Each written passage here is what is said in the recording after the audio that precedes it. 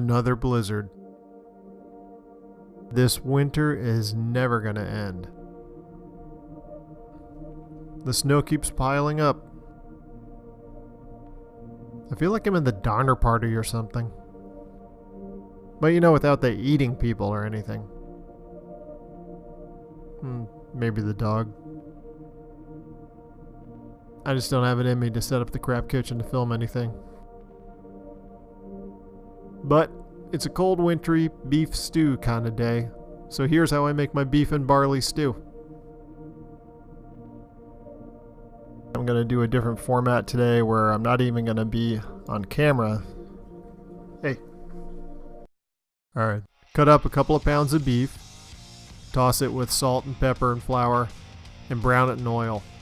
Don't burn it, but make sure you get some good color on it. When it's all done, deglaze the pot with beef stock. That means pour a little bit in, let it boil, and scrape off all the brown stuff. Add the beef back, enough stock to cover it, and a good splash of red wine or red wine vinegar. And a couple of bay leaves. Simmer it for like an hour and a half. Meanwhile, cook up your barley and beef stock. I don't know what the proportions are, you gotta check the recipe on the package. After your beef is simmered and is pretty tender, add a couple of carrots, an onion, and a couple of stalks of celery all chopped up.